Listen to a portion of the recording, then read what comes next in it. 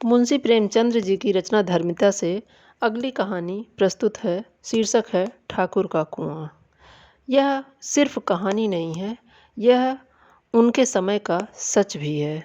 रचना प्रस्तुत है। जोखू ने लोटा मुंह से लगाया तो पानी में सख्त बदबू आई। गंगी से बोला, यह पानी कैसा है? मारे बास के पिया नहीं जाता, गला सूखा जा रहा है और तू सड़ा हुआ पानी पिलाए दे रही है।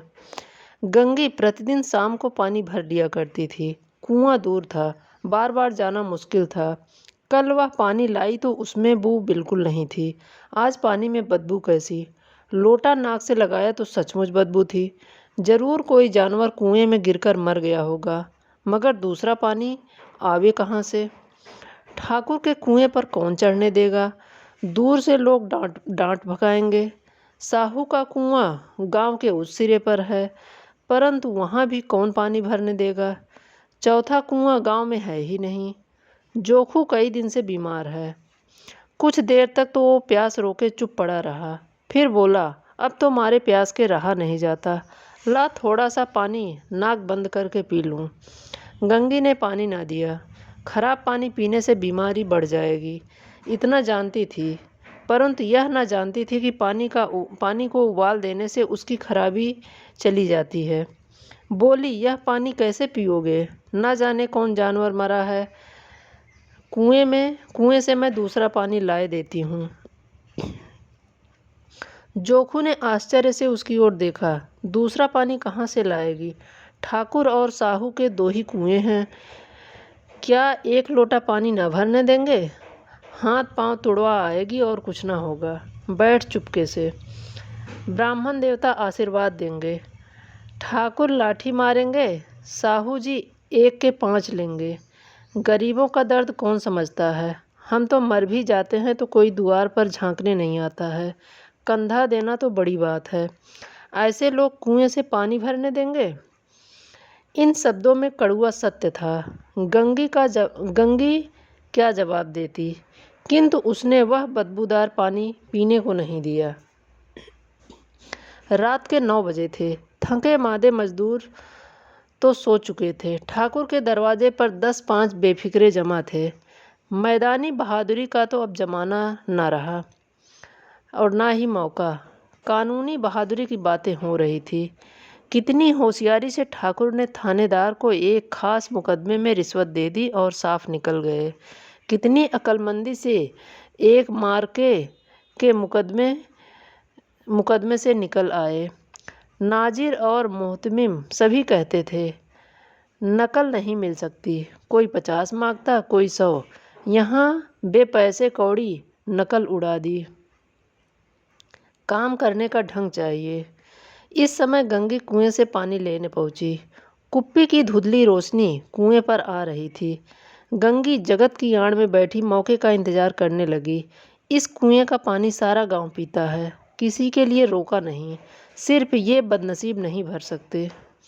गंगी का विद्रोही दिल रिवाजी पाबंदियों और मजबूरियों पर चोटें करने लगा। हम क्यों नीच हैं और ये लोग क्यों ऊंच हैं? इसलिए कि ये लोग गले में तागा डाल लेते हैं। यहाँ तो जितने हैं एक से एक छंटे हैं। चोरी ये करें, जाल फरेब ये करें, झूठे मुकदमे ये करें। अभी इस ठाकुर ने तो उस दिन बेचारे गडरिये की एक भेड़ चुरा ली थी और बाद को मार कर खा गया। इन्हीं पंडित जी के घर में तो 12 मास जुआ होता है। यही साहू जी तो घी में तेल मिलाकर बेचते हैं। काम करा लेते हैं, मजदूरी तक नहीं देते। किस बात में मैं इनसे नीची हूँ? मुँह से हमसे ऊंचे हैं ये। हम गली गली चिल्लाते नहीं कि हम ऊंचे हैं, हम ऊंचे हैं। कभी गांव में आ जाती हूँ तो रस भरी आंखों से देखने लगते हैं, जैसे सबकी छाती पर सांप लौटने लगता है। परंतु घमंड यह कि हम ऊंचे हैं। कुएं पर किसी के आने की आहट हुई। गंगी की छाती धक धक करने लगी। कहीं देख ले तो गजब हो जाए, एक लात भी तो नीचे ना पड़े। उसने घड़ा और रस्सी उठा ली और झुककर चलती हुई एक वृक्ष के अंधेरे साये में जा खड़ी हुई। कब इन लोगों को दया आती है किसी पर? बेचारे महंगू को इतना मारा कि महीनों लहू थूकता रहा। इसलिए तो कि उसने बेगार ना दी थी। उस पर ये लोग ऊंचे बनते फिरते हैं। कुएं पर दो स्त्रियां पानी भरने आई थी। इनमें बातें हो रही थी। खाना खाने चले गए और हुक्म हुआ कि ताज़ा पानी भर लाओ, घड़े के लिए पैसे नहीं हैं। हम लोगों को आराम से बैठे देखकर जैसे मर्दों की को जलन होती है। हाँ, यह तो नहीं हुआ कि कलसिया उठाकर भर लाते, बस हुक्म चला दिया कि ताज़ा पानी भर लाओ। जैसे हम लौंडिया ही तो हैं। लौंडिया नहीं तो और क्या हो तुम? रोटी कपड़ा नहीं पाती, 10-5 रुपए छीन झपट कर ले ही लेती हो। और लौंडिया कैसी होती हैं? मत लजाओ दीदी, छिन भर आराम करने को जी तरस कर रह जाता है।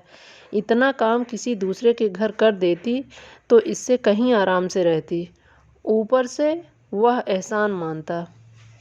यहाँ काम करते करते मर जाओ पर किसी का मुंह ही नहीं सीधा होता। दोनों पानी भरकर चली गईं तो गंगी वृक्ष की छाया से निकली और कुएं के जगत के पास आई।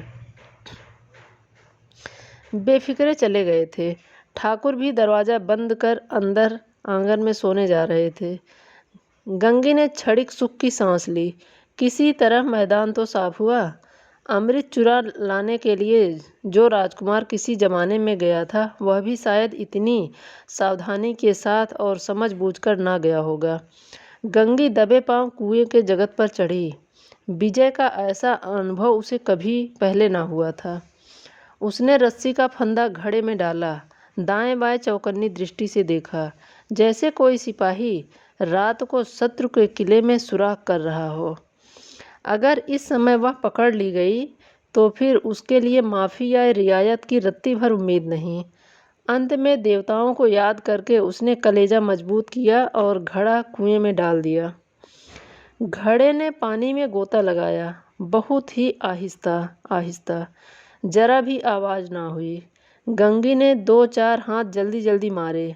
घड़ा कुएं के मुंह तक आ पहुंचा। कोई बड़ा सहजोर पहलवान भी इतनी तेजी से उसे ना खींच सकता था। गंगी झुकी कि घड़े को पकड़कर जगत पर रखे कि यकायक ठाकुर साहब का दरवाज़ा खुल गया। शेर का मुंह इससे अधिक भयानक ना होगा। गंगी के हाथ से रस्सी छूट गई। रस्सी के साथ धड़ाम से पानी भी गिरा और कई क्षणों तक पानी में हलकोरे की आवाज़ें सुनाई देती रही। ठाकुर, कौन है, कौन है? पुकारते हुए कुएं की तरफ आ रहे थे। गंगी जगत से कूदकर भागी जा रही थी। घर पहुंचकर देखा कि जोखू लोटा मुंह से लगाए वही मैला गंदा पानी पी रहा था। धन्यवाद।